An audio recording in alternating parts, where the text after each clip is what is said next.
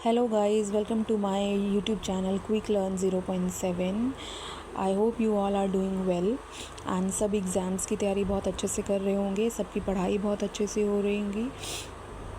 So I am so sorry कि ये videos जो हैं वो मेरी थोड़ी डिले हो गई बिकॉज़ मेरी तबीयत थोड़ी ठीक नहीं थी, बट अब से जो है वो कंटिन्यू वीडियोस आती रहेंगी।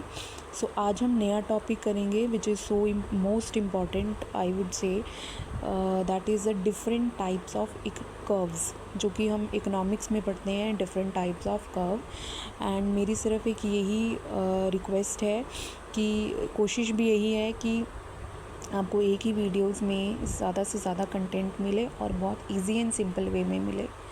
So let's start.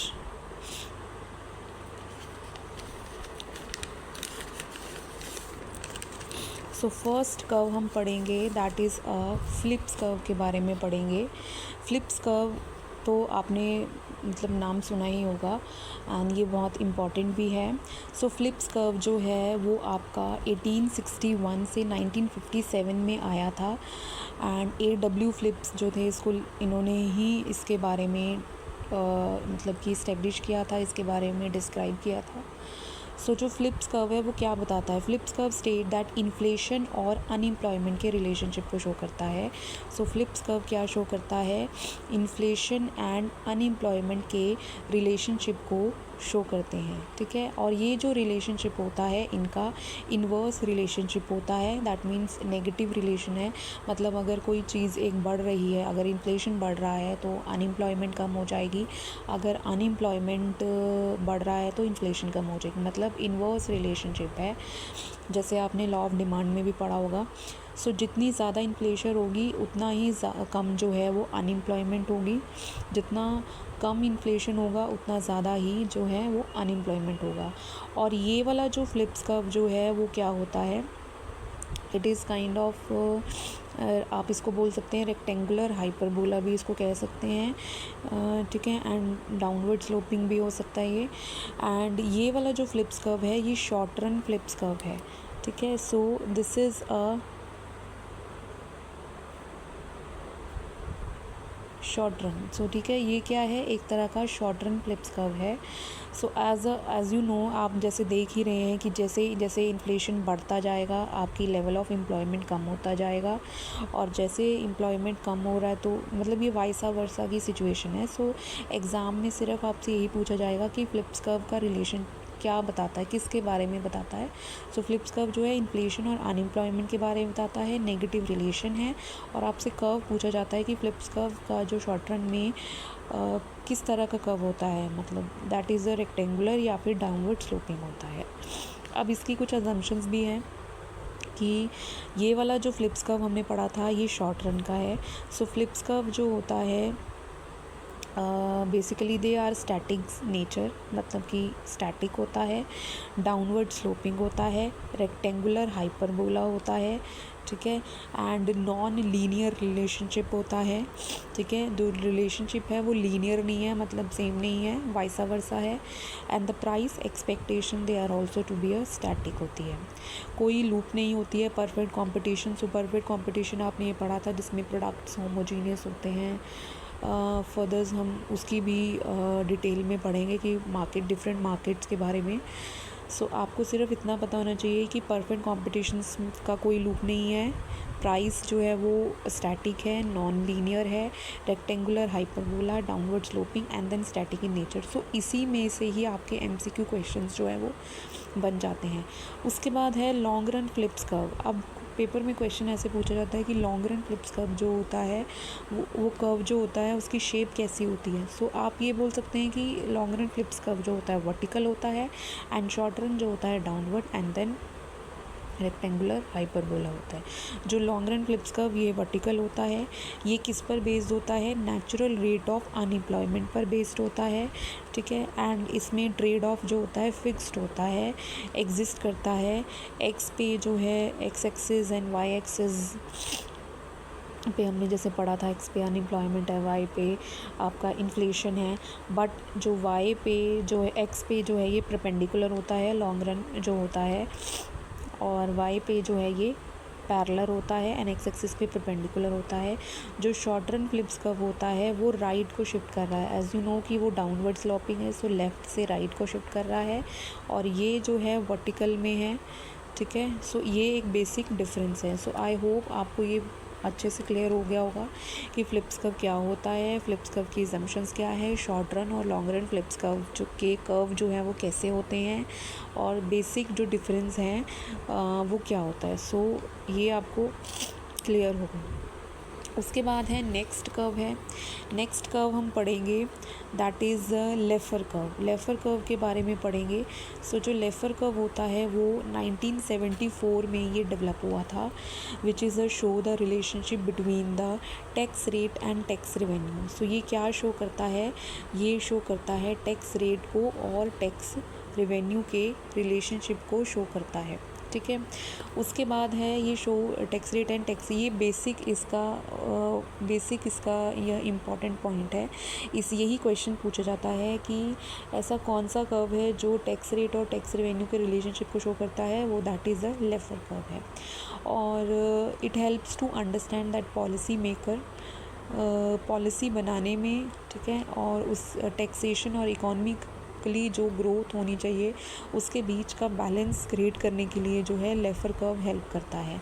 और लेफ़र कर्व जो होता है वो उल्टा यू शेप का होता है, it is like a bell, ठीक है। सो ये उल्टा यू शेप की होता है एंड लाइक अ बेल, यहाँ टैक्स रेवेन्यू और यहाँ पे एक्स एक्सिस पे जो है टैक्स रेट होता है। आपको सिंपल लर्न करना है कि रिलेशनशिप क्या होता है, कब डेवलप हुआ था ये, और ये कहाँ पे हेल्प करता है, ठीक है।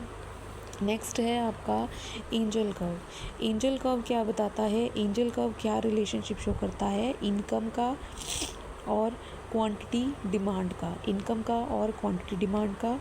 और ये भी बताता है कि कैसे हाउस होल्ड एक्सपेंडिचर होते हैं जो एक स्पेसिफिक गुड्स एंड सर्विसेज पे वेरीज करती है with a different house hold income. मतलब कि अगर एक पर्सन की इनकम है, उस इनकम को हाउस होल्ड से रिलेटेड जो भी गुड्स होते हैं या सर्विसेज होती है उसको कैसे आप स्पेंड करते हैं, कैसे उसका खर्चा करते हैं, ठीक है, that is called to be Engel curve. और एंजल कर्व की जो शेप होती है वो basically it is impacted by age, आपका जेंडर, आपका educational level and other consumer activities पे डिपेंड करता है। नॉर्मल गुड्स में जो एंजल कर्व होता है that is a positive income elasticity of demand, and ये अपवर्ड कर्व होता है इसका, ये आपने पढ़ा था, ये कर्व जो होता है वो अपवर्ड होता है। और जो negative income elasticity of demand में there is a backward bending होगा। सो आपको क्या याद करना है, आपको रिलेशनशिप का पता होना चाहिए कि एंजल कर्व का किसके साथ रिलेशन है, एंड इसका इनकम के साथ क्या रिलेशन है, उसके साथ कर्व आपको पता होना चाहिए कि अपवर्ड में अगर कर्व जा रहा है तो वो कौन सा गुड्स में है, बैकवर्ड बेंडिंग में है तो वो कौन से गुड्स में है, ठीक है। इन केस ऑफ फूड्स हैं तो आपका एंजल कर्व जो होता है वो कॉनकेव होता है, डाउनवर्ड होता है विद क्योंकि कंजप्शन गुड्स पे आप की इनकम का कंजप्शन गुड्स पे कोई इफ़ेक्ट नहीं पड़ता है। इनकम आपकी बढ़े, इनकम आपकी कम होए तो जो बेसिक नीड्स हैं उस पे तो आप रेगुलर खर्चा करेंगे ही ना, तो उसका इनकम पे तो कोई रोल नहीं है। सो फूड की जैसे है कि फूड तो आपको रेगुलर बेसिस पे ज़रूरी है ना, तो इनकम कम है या ज़्यादा है वो तो आपको खाना ही खाना है। सो ये क्या है, ये कॉनकेव होता है इन केस ऑफ फूड में पूछा है, ये नेसेसिटी गुड्स आप इसको कह सकते हैं।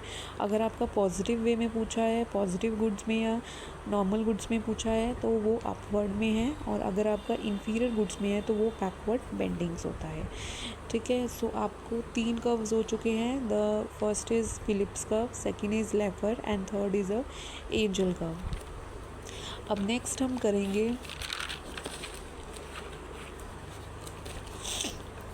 हम करेंगे Lorenz curve. Lorenz curve it is develop by the M Max O Lorenz which is 1905 में इसको डेवलप किया था। It is a way of showing the distribution of income and wealth. मतलब कि जैसे आपने पढ़ा होगा कि जिसकी इनकम ज़्यादा है उस पर टैक्स रेट जो है वो ज़्यादा लगेगा, यू नो, आपने डिफरेंट टाइप्स ऑफ टैक्स में पढ़ा होगा, प्रोग्रेसिव रिग्रेसिव टैक्स के बारे में। सो ये क्या बताता है, डिस्ट्रीब्यूशन ऑफ इनकम और wealth with in the economy, कि इनकम का वेल्थ का डिस्ट्रीब्यूशन जो है किस तरीके से हो रहा है, वो लॉरेंस कर्व बताता है। It show the cumulative share of income from the different section of the population. It is use to calculating the Gini coefficient है। गिनी कोफिशिएंट की रेंज जो होती है 0 से 1 के बीच में ही होती है, ठीक है। मतलब इनइक्वालिटी को मेजर करने के लिए आप ये बोल सकते हैं लॉरेंस कर्व की हेल्प ली जाती है। And it is a line of equality, and ये शो करता है आपका Lawrence curve, that is inequality, कि किसको कितना जो है इनकम के बेसिस पे टैक्स कितना पे करना पड़ेगा। एक ये भी है कि रिच जो है वो रिच होते जा रहे हैं, एंड पुअर जो है और पुअर होते जा रहे हैं due to some kind of taxes के कारण, ठीक है। सो इनकम इनइक्वालिटी को शो करता है। द बेसिक पॉइंट जो है वो आपका क्या है, इनकम इनइक्वालिटी को शो करता है। नेक्स्ट आता है वेजेस कर्व। वेजेस जो कर्व होते हैं, it is a graphical representation unemployment level and wages. मतलब सिंपल सी बात है, अगर कोई बंदा काम कर रहा है तो in return they wants to be a salary, they want to be a wages, तो उसको एक स्पेसिफिक वर्क के लिए कितना वेजेस मिल रहा है in a specific region and specific time period में, that is called to be a wages curve, and their negative relationship level of unemployment and level of wages। जैसे एक skilled पर्सन है, educated है, ठीक है, उसको उसके लेवल के अकॉर्डिंगली उसको जॉब नहीं मिल रहा है या एम्प्लॉयमेंट नहीं मिल रहा है, तो वो उसको भी एक अनएम्प्लॉयड ही काउंट किया जाएगा। तो ये क्या है, एक नेगेटिव रिलेशनशिप को शो करता है अनएम्प्लॉयमेंट एंड वेजेस का। सो ये भी जो है डाउनवर्ड स्लोपिंग होता है। When there is less unemployment, मतलब कि अगर अनएम्प्लॉयमेंट कम है तो डेफिनेटली वेजेस जो है वो ज़्यादा होगी। लेबर जो है will to work on specific task, so wages goes higher. Obviously बात है, अगर अनएम्प्लॉयमेंट ही कम है तो वेजेस ज़्यादा होगी, अगर वेजेस कम है तो मतलब अनएम्प्लॉयमेंट जो है वो आपकी ज़्यादा है। तो नेगेटिव रिलेशनशिप है अनएम्प्लॉयमेंट और वेजेस के रिलेशनशिप को जो है शो करता है, एंड डाउनवर्ड स्लोपिंग है ये, ठीक है। उसके बाद है नेक्स्ट है, last one is king demand curve, which is most important, आप इसको कह लें किंग डिमांड कर्व। सो किंग डिमांड कर्व जो था वो चैम्बरलिन ने दिया चैम्बरलिन ने था, बट इसको डेवलप आप बोल सकते हैं या एक्सप्लेन जो है वो पॉल एम स्विजी ने किया था 1939 में, okay. It is based on the oligopoly market जिसमें फ्यू ही आप बोल सकते हैं सेलर्स होते हैं, जिसमें फ्यू सेलर्स होते हैं। It is show the behaviour of oligopolistic organisation. Kinked demand curve का जो मॉडल है वो भी प्राइस रिजिडिटी को एक्सप्लेन करता है, कि प्राइस जो है वो स्टेबल रहेगा, और ये जो होता है upper portion elastic and downward portion जो है वो लेस इलास्टिक होता है। ऊपर वाला जो टाइप वो स्टीपर होगा, नीचे वाला जो कर्व होगा वो फ्लैटर होगा एंड डाउनवर्ड में जाएगा, okay. So it is a part of non collusive oligopoly market. उसके बाद है प्राइस में चेंज आएगा तो क्वांटिटी ऑफ डिमांडेड में भी चेंज आएगा। सो बेसिकली आपको सिंपल लर्न करना है किंग डिमांड किसने दिया था, कब दिया था, कौन सी मार्केट से रिलेटेड है, एंड ये इसका जो कर्व है वो इलास्टिक कब होता है, लेस इलास्टिक कब होता है, कब स्टीपर होता है, कब फ्लैटर होता है। तो यही जो है क्वेश्चंस जो हैं वो आपके एग्ज़ाम्स में पूछे जाते हैं।